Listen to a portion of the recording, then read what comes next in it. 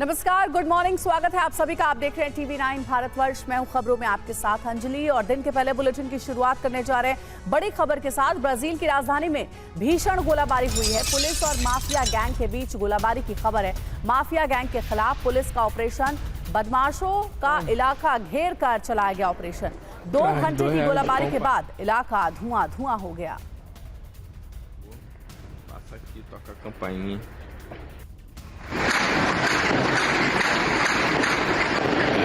Se alguém for descer para comprar pão. एक और बड़ी खबर है। डोनेस्क में यूक्रेन की ट्रेन पर हमला हुआ है। हथियार ले जाने वाली ट्रेन तबाह हो गई। रूसी हमले में नाटो के हथियार नष्ट किए गए। कुपियांस्क में 20 यूक्रेनी सैनिकों की मौत हो गई है। तो बड़ी खबर आपको कहते हैं, जिस तरीके से हमले किए गए हैं उसमें बड़ा नुकसान पहुंचा है और चारों तरफ हमले से मची तबाही की तस्वीरें देखी जा सकती हैं। रूसी हमले में नाटो के हथियार नष्ट हो गए।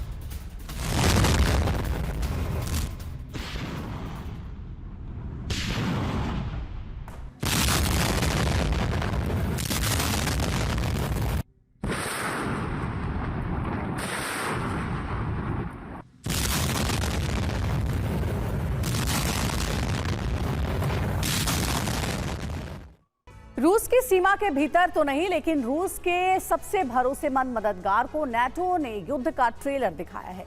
बेलारूस को नाटो ने गुरुवार को दहशत से भर दिया। बरसों से बेलारूस के शांत आसमान में एक ड्रोन की एंट्री हुई और वो ड्रोन राजधानी मिन्स्क की तरफ बढ़ने लगा। बेलारूस में धमाका तो टल गया, लेकिन मिन्स्क से लेकर क्रेमलिन युद्ध की चिंगारी से जबरदस्त हड़कंप मचा। पुतिन के आदेश पर न्यूक्लियर मिसाइलें तैनात कर दी गई। सैकड़ों सैनिकों को पोलैंड की सीमा पर भेजा गया। अब सवाल है कि क्या पुतिन नाटो की इस गुस्ताखी का जवाब देंगे? क्या पोलैंड और बेलारूस की सीमा से तीसरे विश्व युद्ध का आगाज तय हो चुका है?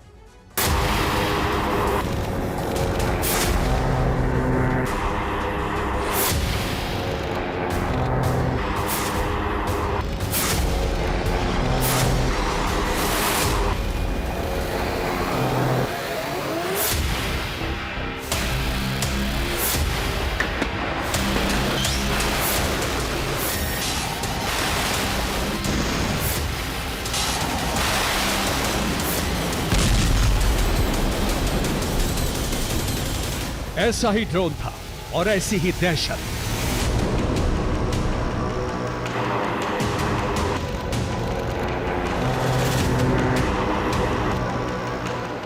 एयर डिफेंस से ऐसी ही मिसाइल चली और फिर आग के गोले में बदल गया हवा में उड़ता ड्रोन।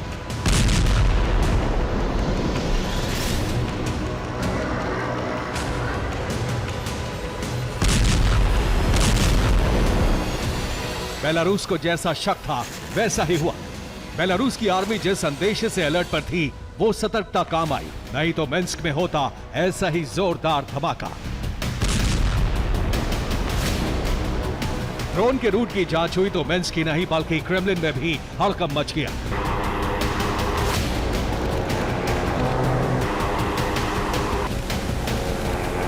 ड्रोन का लॉन्च पॉइंट था लिथुआनिया का एक इलाका। लिथुआनिया से ड्रोन को बेलारूस की तरफ भेजा गया। ड्रोन के रेंज से अंदाजा होता है कि यह मिन्स्क में गिरने वाला था।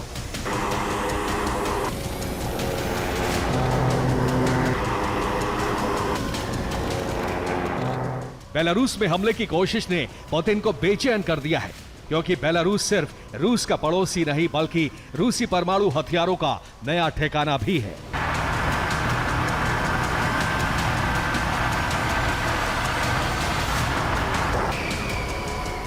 क्रेमलिन में ताबड़तोड़ बैठकों के दौर के बाद कई ऑर्डर जारी कर दिए गए।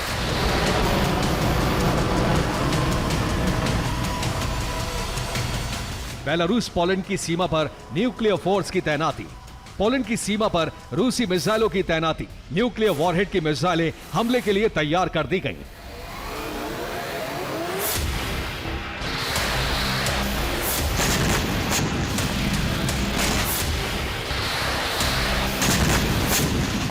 लिथुआनिया ने बेलारूस के आरोपों को गलत बताया है, लेकिन रूस और नेटो दोनों ने एक महायुद्ध की तैयारी शुरू कर दी है। अंजाम क्या होगा कोई नहीं जानता।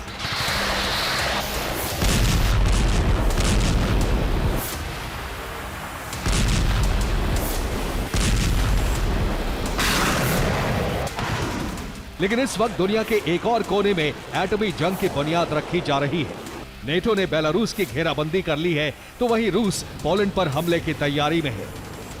धमकियों के दौर को लिथुआनिया के ड्रोन अटैक ने युद्ध की तैयारी में बदल दिया है।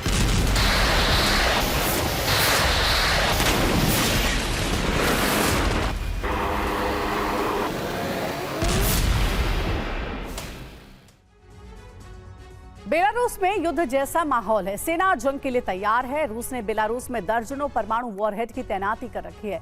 इसके अंदर मिसाइल भी मौजूद है, जिससे लंबी दूरी तक परमाणु हमला किया जा सकता है।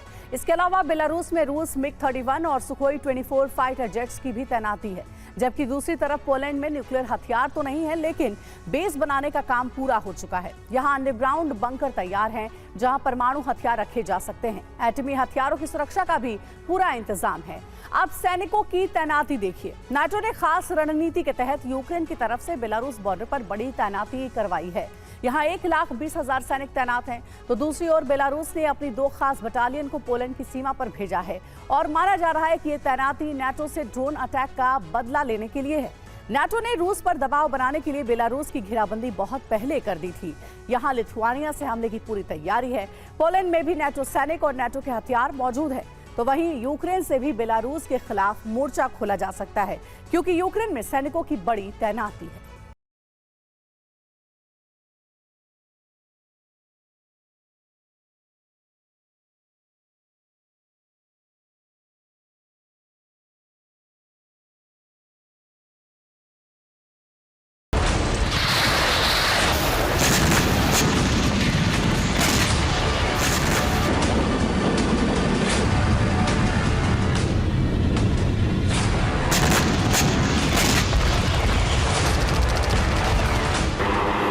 बेलारूस में सिर्फ एक ड्रोन की गड़गड़ाहट ने एटमी जंग के 2 सेंटर को एक्टिव कर दिया है।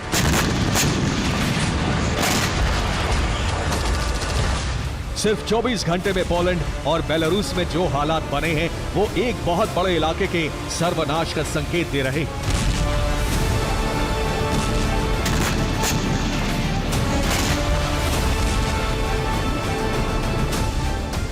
पुतिन बेलारूस में परमाणु हथियारों की तैनाती कर चुके हैं। अमेरिका पोलैंड में परमाणु हथियार तैनात करने वाला है। रूस ने पोलैंड में परमाणु बम की तैनाती पर हमले की धमकी दी है। अमेरिका ने परमाणु बम तैनात करने की कवायद तेज कर दी है।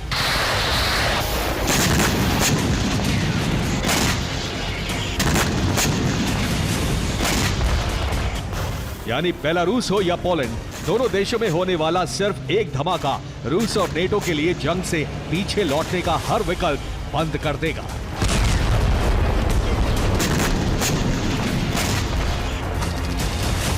पोलैंड और बेलारूस दोनों देशों में ऐसे घातक हथियारों से जंग शुरू होगी, जिसके इस्तेमाल करते ही शुरू हो जाएगी एक अंतहीन विनाश लीला। ऐसी आशंका क्यों है, रूस के इस रुख को आप जानकर समझ जाएंगे।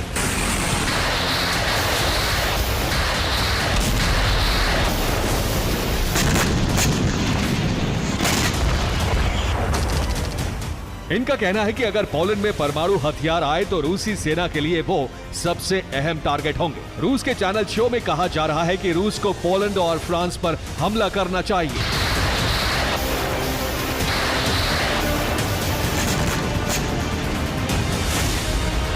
रूस की इन्हीं धमकियों के बाद नेटो ने भी पोलैंड और बाल्टिक देशों में सेना को रवाना कर दिया है।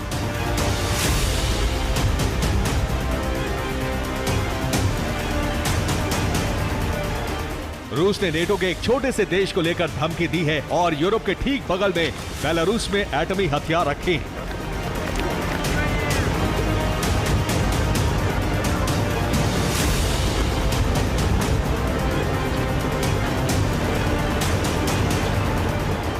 अब न्यूक्लियर वेपन का इस्तेमाल चाहे रूस करे या अमेरिका या फिर कोई और देश, पहला धमाका एक ऐसी चिंगारी की तरह काम करेगा जो कई परमाणु धमाकों की वजह बनेगा।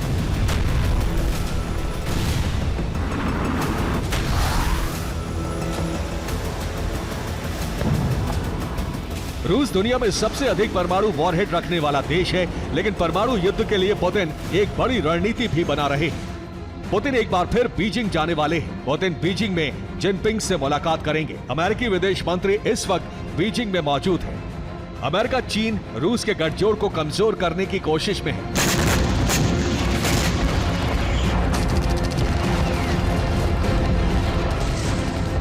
माना जा रहा है कि पुतिन चीन के साथ मिलकर भविष्य के युद्ध को रूस बनाम यूरोप न रहने देकर यूरोप बनाम एशिया बनाने की कोशिश में है। पुतिन की रणनीति क्या है, इस पर सिर्फ दावे किए जा रहे हैं, लेकिन नेटो पिछले साल से ही अलर्ट है और बेलारूस से किसी भी तरह की गड़बड़ी होने का जवाब देने की तैयारी का ब्लूप्रिंट तैयार कर लिया गया है।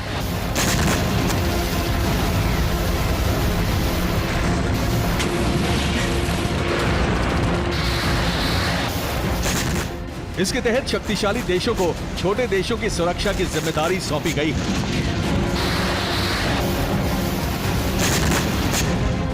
लिथुआनिया पर हमला हुआ तो जर्मनी अपने सैनिक भेजेगा। कनाडा को लातविया की जिम्मेदारी दी गई है। ब्रिटेन की सेना एस्टोनिया को सुरक्षा देने के लिए तैयार रहेगी और पोलैंड को सुरक्षा की गारंटी दे रहा है खुद सुपर पावर अमेरिका।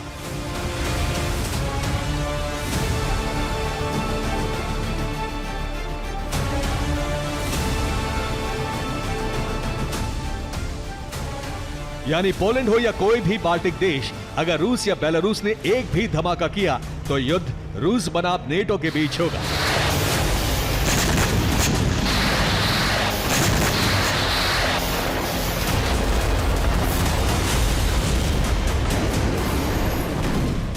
बेलारूस में रूस का Su-30 MiG-31K तैनात है।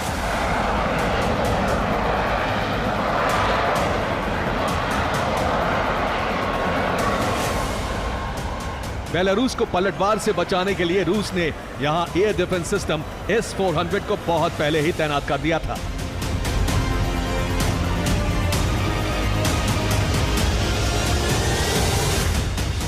तो दूसरी तरफ नेटो ने बाल्टिक देशों के लिए 3 लाख सैनिकों को तैयार रखा है। अमेरिकी खुफिया रिपोर्ट के मुताबिक यूक्रेन में अमेरिका से हथियार पहुंचने के बाद रूस यूरोप को टारगेट करने की कोशिश करेगा। नेटो ने इसी साल स्टेडफास्ट डिफेंडर के नाम से युद्धाभ्यास किया है, जिसका लक्ष्य रूस को किसी भी क्षेत्र, किसी भी मौसम और किसी भी हथियार से युद्ध हराने का अभ्यास करना था। Bureau report, TV9 Bharatvarsh.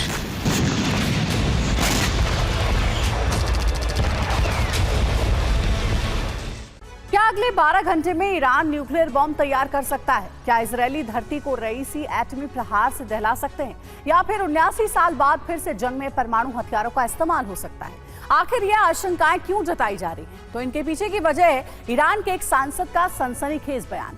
वो ये कि आधे दिन में ईरान एटमी विनाशक तैयार कर सकता है और शायद इसी बयान के बाद इजरायल ही नहीं बल्कि अमेरिका तक के होश फाख्ता हो गए हैं।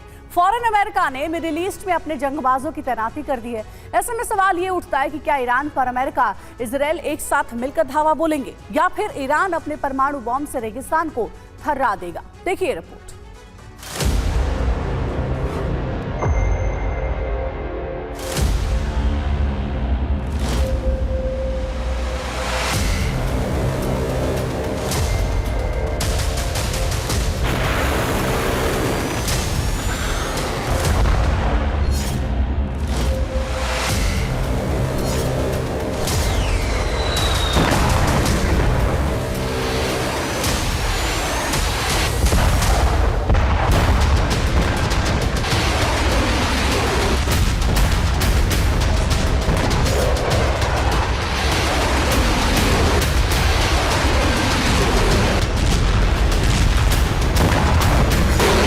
ईरान इजरायल जंग का विस्तार हो चुका है।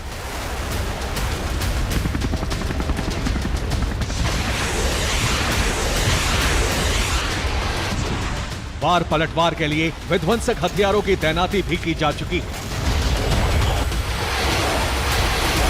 और इसी के साथ ही रेगिस्तान में महायुद्ध की मुनादी भी हो चुकी है।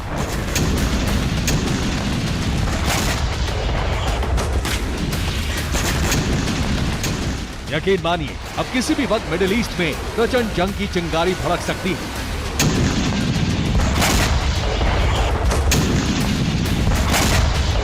वो भी बम गोला बारूद वाली नहीं, बल्कि एटमी विनाशकों वाली, क्योंकि इजराइल से तनाव के बीच ईरान से फिर न्यूक्लियर वार्निंग सामने आई है। वो ये कि महज 12 घंटे में ईरान न्यूक्लियर हथियार तैयार कर सकता है। 12 घंटे बाद ईरान पहले एटमी वॉरहेड का टेस्ट कर सकता है। इससे पहले ईरान ने 7 दिन में एटम बम बनाने का दावा किया था। इस चेहरे को गौर से पहचान लीजिए, नाम है जावेद करीमी, जो न सिर्फ ईरान के सांसद हैं बल्कि ईरान की न्यूक्लियर कमेटी के सदस्य भी हैं। और जावेद करीमी ही वो शख्स हैं जिन्होंने ये दावा किया था कि अगले एक सप्ताह के भीतर ईरान न सिर्फ एटम बम बनाएगा बल्कि उसका टेस्ट भी करेगा।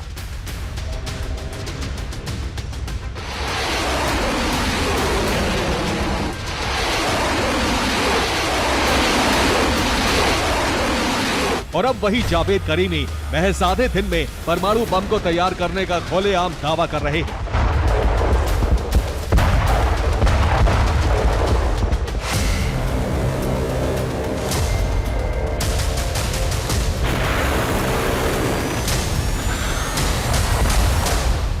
अब सवाल यह है कि ईरानी सांसद जावेद करीमी की तरफ से किया गया दावा हवा हवाई है या फिर वाकई ईरान को एटम बम बनाने का पुख्ता फॉर्मूला मिल चुका है, क्योंकि हाल ही में एक रिपोर्ट में दावा किया गया था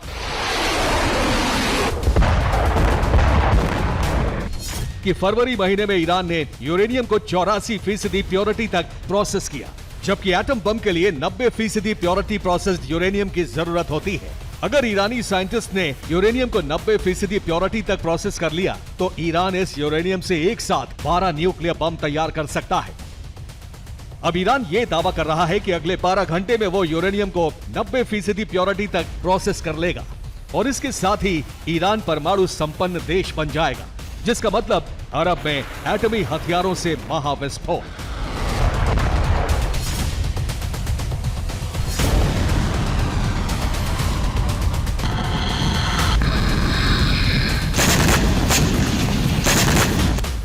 दरअसल इजराइल से तनातनी के बीच जिस तरह ईरानी प्रेसिडेंट रईसी एक्शन मोड में आए, जिस तरह वो पाकिस्तान दौरे पर पहुंचे,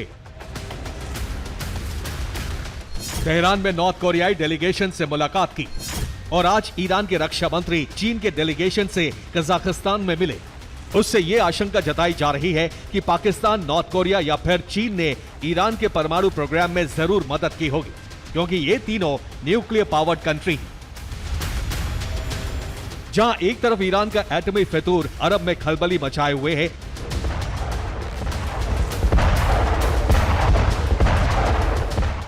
तो वहीं ईरान की न्यूक्लियर तैयारी के बीच ईरानी प्रॉक्सी संगठनों ने अपने बारूदी जलजले से खलबली मचा दी है।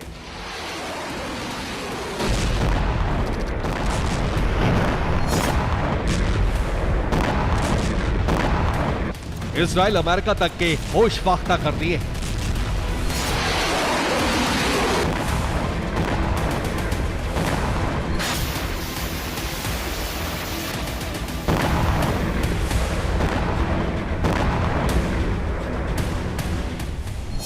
और इस बार जो ईरान समर्थित संगठन सुपर एक्टिव हैं, वो यमन के हूती विद्रोही हैं, जिन्होंने लाल सागर से इजराइल तक के इलाके को बारूद से पाट दिया है।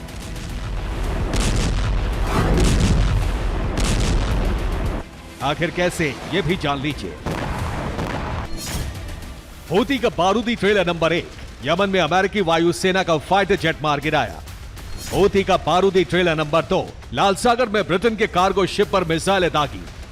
हूती का बारूदी ट्रेलर नंबर 3, इजराइल के इलाट इलाके में ड्रोन मिसाइलों से हमला।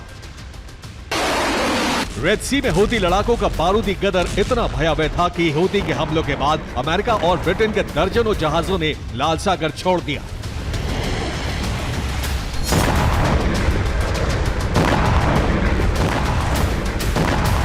हालांकि हूती के अटैक का पलटवार करते हुए अमेरिका और ब्रिटेन के लड़ाकू विमानों ने यमन में मौजूद हूती के ठिकानों पर एयर स्ट्राइक भी की, मगर एक साथ डबल फ्रंट पर घिरता अमेरिका भी सहम गया। और अब खबर सामने आ रही है कि ईरान और उसके प्रॉक्सी संगठनों को माकूल जवाब देने के लिए अमेरिका ने मिडिल ईस्ट में अपने आसमानी जंगबाजों की पूरी स्क्वाड्रन को उतार दिया है।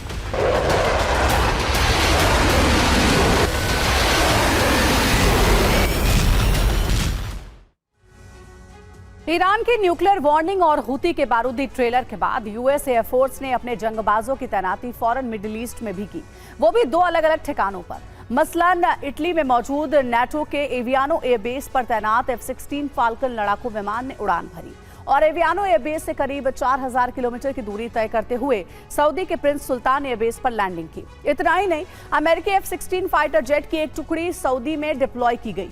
वहीं F-16 लड़ाकू विमान की दूसरी स्क्वाड्रन कतर के इमेरी नेवल बेस पर भेजी गई, जो कि नाटो के एवियानो एयरबेस से करीब 4150 किलोमीटर दूर है।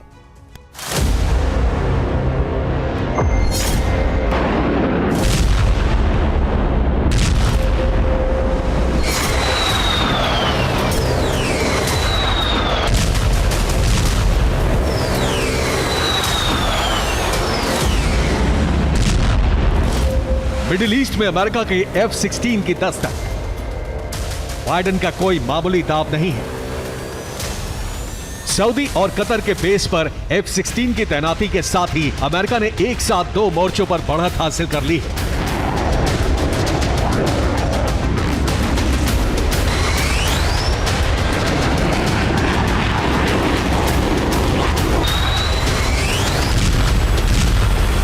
सऊदी अरब के इस बेस से आप देखिए वो क्या क्या डोमिनेट करते हैं पूरा का पूरा मिडिल ईस्ट, क्योंकि जॉर्डन यहां पर है, वहां पर आप देख रहे हैं इजराइल, इराक आपके सामने, ईरान आपके सामने, यमन। बेसिकली जो ताकत F-16 की इस्तेमाल होगी वो होगी यमन के लिए। यमन इसलिए क्योंकि हूती के ऊपर अगर कंट्रोल करना है तो अभी तक बहुत एक्सपेंसिव मैन्यूवरिंग जो है वो हमें देखने को मिली है, वो नहीं चाहते हैं। स्पेन से यूक्रेन को जल्द पैट्रियट की सप्लाई, 30 जून तक हथियार के पैकेज का ऐलान, और यूक्रेन को 10 लेपर्ड टैंक भी देगा स्पेन। स्पेन से यूक्रेन को A4 टैंक भी मिलेंगे। तो ये बड़ी जानकारी मिल रही है। स्पेन से जल्द पैट्रियट की सप्लाई होगी और यूक्रेन को जल्द ही पैट्रियट और लेपर्ड टैंक स्पेन की ओर से मिलने जा रहा है।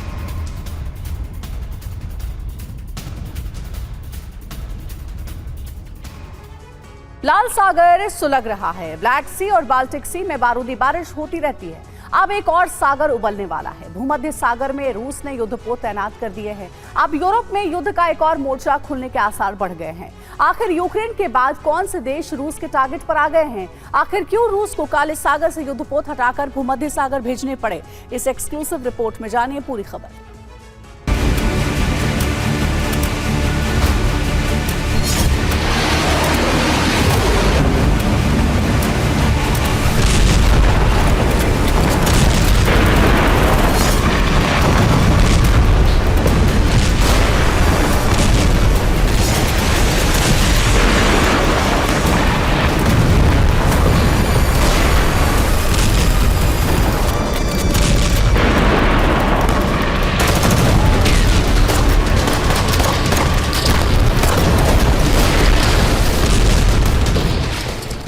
तबाही की एक और किश्त शुरू होने वाली है।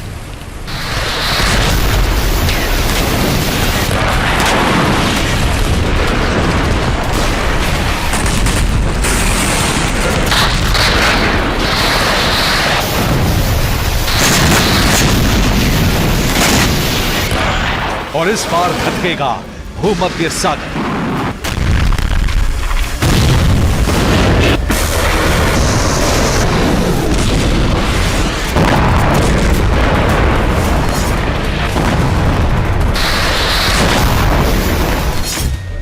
क्योंकि पुतिन ने ऐलान कर दिया है कि हर एक वो देश उनके निशाने पर है जो यूक्रेन का मददगार है।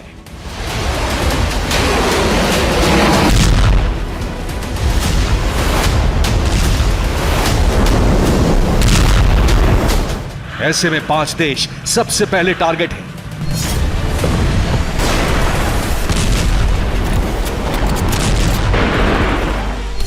एस्टोनिया, पोलैंड, जर्मनी, फ्रांस और ब्रिटेन। इन 5 देशों के अलावा पुतिन ने बाल्टिक देशों और नॉर्डिक देशों को भी निशाने पर लिया है। यानी पूरे यूरोप में तबाही का तूफान आने वाला है।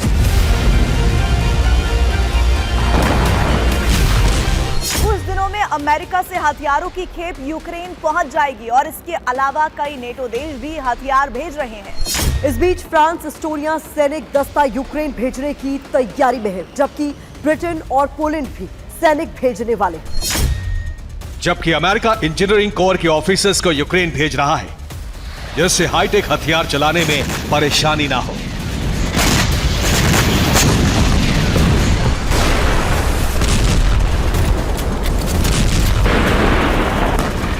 अमेरिका के अलावा कई यूरोपीय देश यूक्रेन को फ्रंट फुट पर लाने की तैयारी में है। जाहिर है ऐसे में रूस तमतमा रहा है।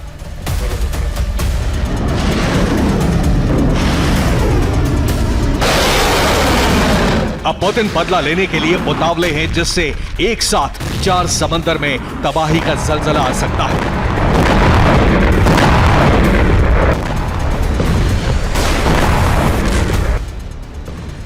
काले सागर में पहले से ही रूस की ब्लैक सी फ्लीट तैनात है, जिसने रूट ब्लॉक किया हुआ है।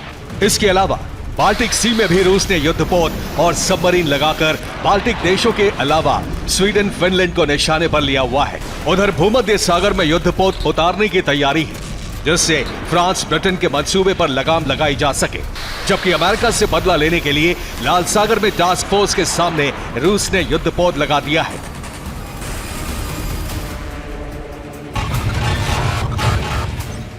इस वक्त भूमध्य सागर के उबलने के पूरे आसार हैं, जिसमें रूस कभी भी फ्रांस पर हमला कर सकता है। क्यों, ये समझिए।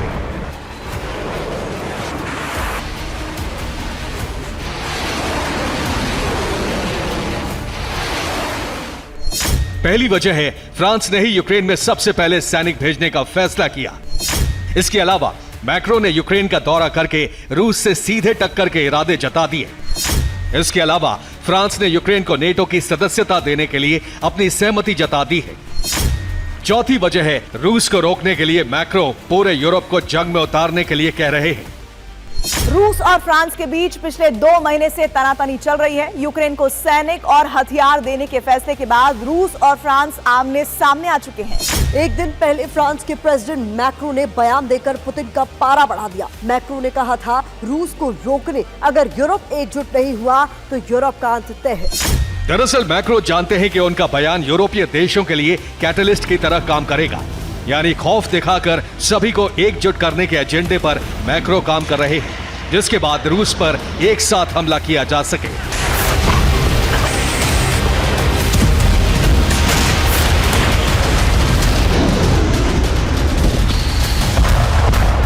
लेकिन पुतिन इस चाल को समझ चुके हैं। अगर फ्रांस अपने मंसूबे में कामयाब हो,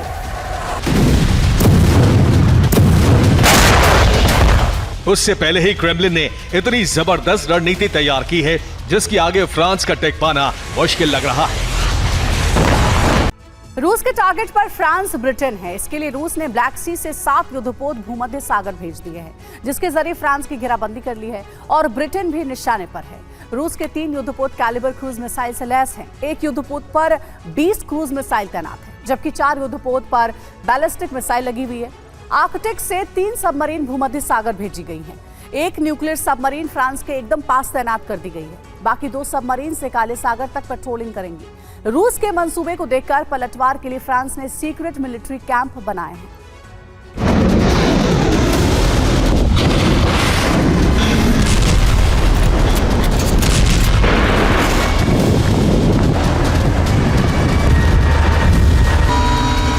भूमध्य सागर में रूस की इतनी बड़ी तैयारी से साफ है कि रूस कभी भी हमला कर सकता है।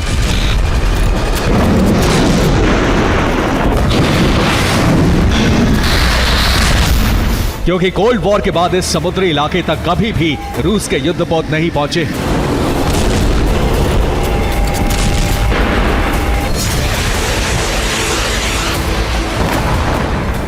फ्रांस ने खतरा भांप लिया है। इसलिए दूसरे विश्व युद्ध के बाद पहली बार फ्रांस ने बड़ी तादाद में मिलिट्री कैंप बना लिए हैं। फ्रांस के बड़े शहरों में हाई अलर्ट जारी कर दिया है। अकेले पेरिस में ही 18,000 सैनिक तैनात कर दिए हैं।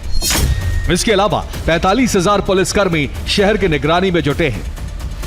फ्रांस में 2 महीने बाद ओलंपिक होने हैं। ऐसे में सुरक्षा से कोई समझौता नहीं हो सकता। अगर इस बीच रूस से टकराव बढ़ता है तो युद्ध की प्रबल आशंका है।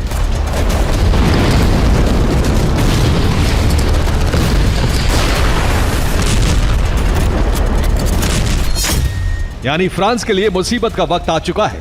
अब उसे तय करना है कि ओलंपिक को देखते हुए टकराव टालना है या फिर यूक्रेन की सहायता करते हुए रूस से टकराना है।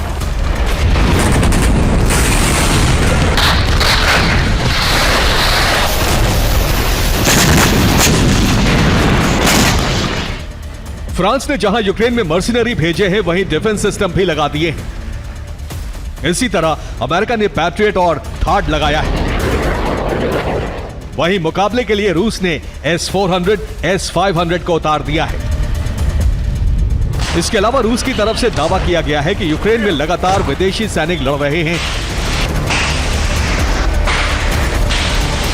एक रिपोर्ट के मुताबिक पोलैंड के 2,960 सैनिक पहुंचे थे, जिनमें से 1,497 मारे गए, जबकि जॉर्जिया से 1,042 यूक्रेन पहुंचे थे, जिनमें से 561 मारे गए।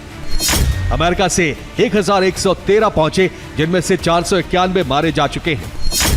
कनाडा से 1,005 सैनिक पहुंचने का दावा किया गया है, जिनमें से 422 मारे गए, जबकि ब्रिटेन से 822 सैनिक पहुंचे, जिनमें से 360 मारे गए। रोमानिया से 784 में से 349 मारे गए, जबकि जर्मनी से 235 लड़ाके पहुंचे थे, जिनमें से 88 मारे जा चुके हैं। यानी रूस के पास विदेशी लड़ाकों की पूरी लिस्ट है। इसलिए रूस चुन चुनकर उन देशों को निशाना बनाएगा जो रूस के खिलाफ यूक्रेन को मजबूत कर रहे हैं, और इनमें उसने 2 नाम चुन लिए हैं, फ्रांस और Britain.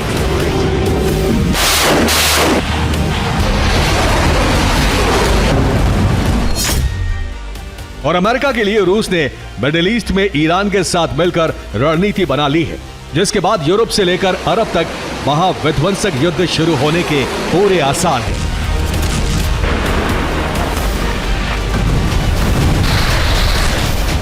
Bureau report, TV9 Bharatvarsh.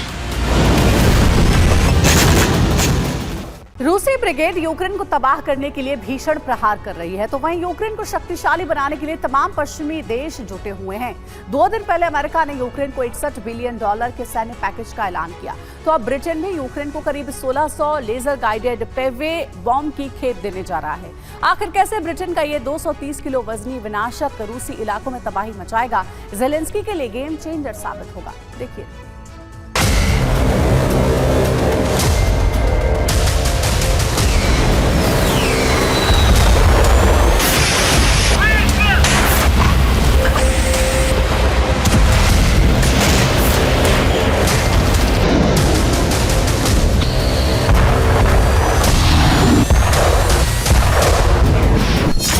एक तरफ अमेरिका ने यूक्रेन को $61 बिलियन के सैन्य पैकेज का ऐलान किया है, तो वहीं दूसरी तरफ नेटो देश भी यूक्रेन को ताकतवर बनाने के लिए अपने बारूदी गोदाम खोल चुके हैं।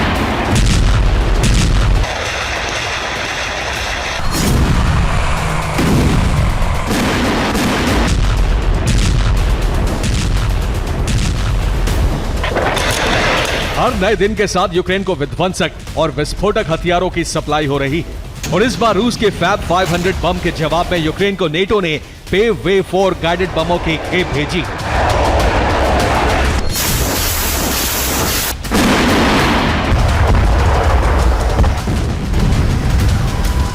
रूसी सरजमी को दहलाने के लिए, रूसी कब्जों वाले इलाकों में कोहराम लाने के लिए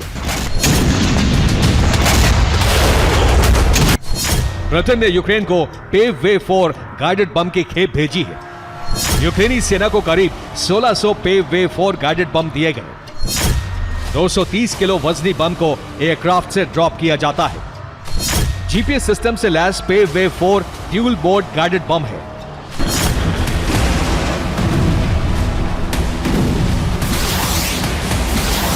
देखने में यह बम भले ही किसी मिसाइल की तरह लगता हो, लेकिन असल में यह हाईटेक सिस्टम से लैस होता है। इसलिए इसकी बनावट को मिसाइल शेप में रखा गया है, ताकि आसानी से इस गाइडेड बम को एयरक्राफ्ट या फिर बॉम्बर के जरिए आसमान से ड्रॉप किया जा सके।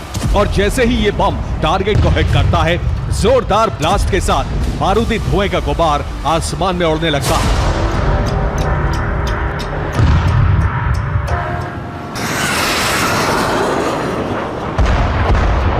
इस बम की सबसे बड़ी खासियत यह है कि इसके जरिए किसी भी मूविंग टारगेट को निशाना बनाया जा सकता है, क्योंकि आसमान से ड्रॉप होने के साथ ही यह गाइडेड बम जीपीएस के जरिए सटीक हमला करता है और भीषण तबाही मचा देता है, हूबहू किसी एटम बम की तरह।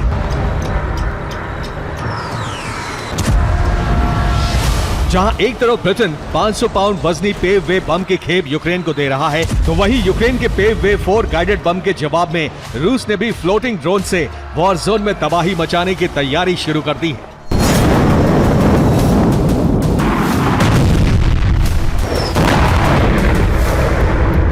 दरअसल रूसी डिफेंस ने यूक्रेनी इलाकों में मौजूद ब्रिज, डैम और पावर प्लांट को टारगेट करने के लिए फ्लोटिंग ड्रोन तैयार किया है, जो हाई इंटेंसिटी वाले विस्फोटकों से लैस होगा और किसी कामिकाज़ी ड्रोन की तरह यूक्रेनी इलाकों में प्रहार करेगा।